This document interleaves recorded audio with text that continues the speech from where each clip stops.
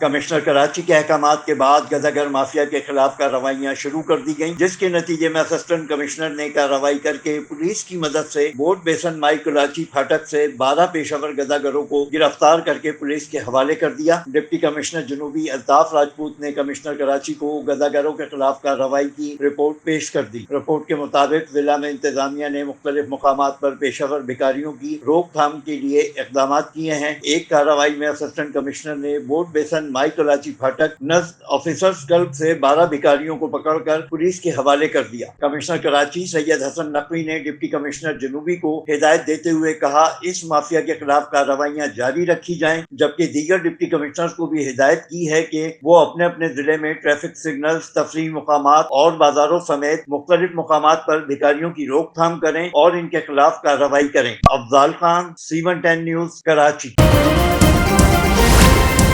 C110 news, خبر کی اصل خبر۔